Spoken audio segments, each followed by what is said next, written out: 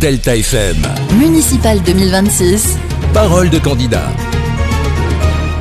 Alain Kicken, cette interview, on l'a fait, on raconte aux gens, on l'a fait dans votre café, le Saint-Antoine. C'est quelque chose que vous revendiquez, justement, votre côté commerçant. Vous étiez président de l'Unicom, l'Union des commerçants. Et du coup, ce côté populaire, parce que finalement, le café, c'est peut-être le meilleur endroit pour savoir ce qui se passe dans une commune, non ? Bah oui, après c'est le Facebook d'aujourd'hui. Je pense que le Saint-Antoine, il est connu, archi connu, avant moi, parce que c'est un café qui existe depuis 1846. Donc avant, il s'appelait pas le Saint-Antoine, il s'appelait la ville de Gravelines. Donc il y a une expérience du commerce.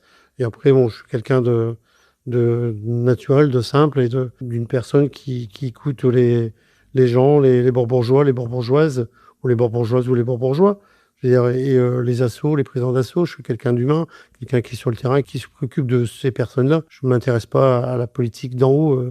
Je suis un vrai bourbourgeois. Ce que j'allais dire, pour le coup, là, un vrai bourbourgeois, ça, on ne peut pas vous le reprocher. Hein. Par rapport à nous quatre, je pense que le vrai bourbourgeois, c'est Alain Kicken. Et on dit toujours, votez bien, votez Alain. On aura le temps dans cette interview Oui. de parler de votre programme. Juste un mot, voilà.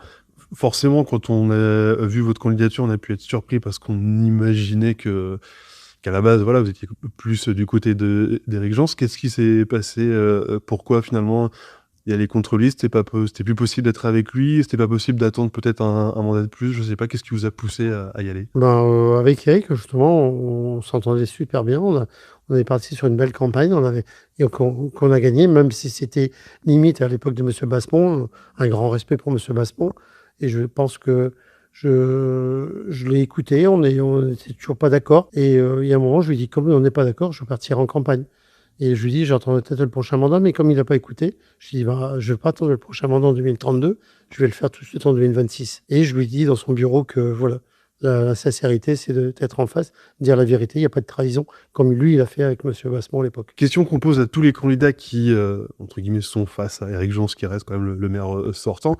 Alors du coup, je vous la pose, mais peut-être que la réponse sera un petit peu différente. C'est le bilan d'Éric Jans. Voilà, est-ce que, voilà, si je vous demande quel bilan vous faites aujourd'hui de son action sur ces 6 dernières années ? Bon, je pense pas que je jugerai sur son bilan, parce que voilà, sur un mandat de 6 ans, on n'a pas à juger. Il y a eu des bonnes choses de faites. On peut avancer sur des choses qui ont été faites, voilà, les améliorer et d'augmenter les services qui avaient été faits. Mais je n'irai pas critiquer une équipe. Je ne suis pas quelqu'un qui critique. Au contraire, je vais juste avancer un peu plus. Et je ne serai pas quelqu'un qui est dans le négatif ou dans le dénigrement. Votre programme, alors, qu'est-ce que vous défendez sur cette élection, alors ? Nous, ça sera l'approche des citoyens de Bourbourg, les bourbourgeois, les bourbourgeoises. Et comme je dis toujours, l'inverse, les bourbourgeoises et les bourbourgeois. Et l'approche, l'humanité, la sincérité et solidaire. J'ai être solidaire des gens et d'être sincère. Bon, j'ai pas besoin de mentir, de me cacher, de promettre. Je veux juste être sur le terrain et leur dire je peux ou je peux pas. Il y a beaucoup de projets qui se dessinent aujourd'hui à Bourbourg du fait évidemment de l'arrivée des Gigafactories. C'est quoi votre position et c'est quoi justement ce que vous voulez faire ? Par exemple, je sais pas, sur la piscine et puis sur d'autres projets, c'est quoi vos propositions ? Je pense que déjà, par rapport à notre équipe, on a comme une équipe qui va avancer. Si on est élu demain, on a des élus qui vont bosser sur le terrain avec bien sûr les promesses qu'on a eues de Vercors, de la Megafactory, de Clairbout qui est arrivé. Mais je pense qu'on est un peu le parent pauvre de la CU de Bourbourg.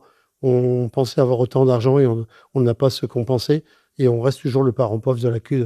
Et ça me déçoit à chaque fois. Et je l'ai entendu depuis 20 ans, ça.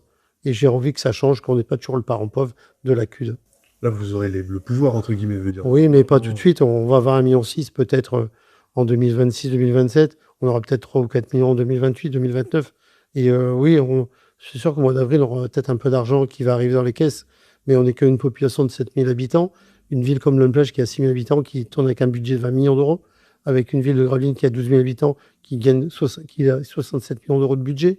Je pense qu'on est un peu quand même le parent pauvre de la CUD et je pense qu'il y a des choses à mettre en place et à nos bourgeois d'être sincères et d'être solidaires avec eux. Déception du coup sur l'arrivée des entreprises, vous, c'est peut-être pas ce qu'on espérait ou peut-être que vous n'avez pas été assez défendu, je sais pas. Je pense que c'est pas une déception, c'est toujours un encouragement d'avoir des entreprises qui arrivent.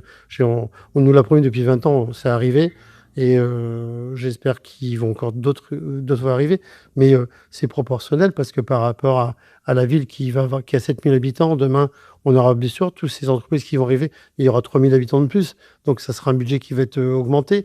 Donc les écoles, les entreprises, les commerces, on n'est pas prêt. Je pense qu'on n'est pas prêt pour le commerce. Le commerce ou les écoles ou les logements, on n'est pas prêt. Le stationnement, la circulation, on est une ville qui est quand même réduite en circulation, donc on n'est pas prêt. Et il faut être sincère, il faut leur dire aux gens qu'on n'est pas prêt. Et qu'est-ce qu'on fait alors justement pour être prêt? Eh bien, il faudra bosser.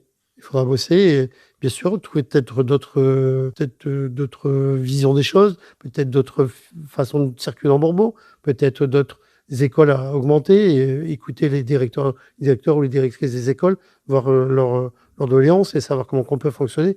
Il y a des gens compétents dans toutes les écoles. Il faudra juste leur demander leur avis. Écouter les assos, il faut écouter les entreprises, voir les démarches qu'on pourra faire.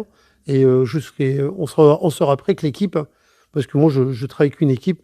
Moi, je veux pas le chef d'orchestre et sans voir les musiciens à côté de moi. Moi, je veux que mes colistiers, que mes adjoints bossent avec moi et qu'on partage.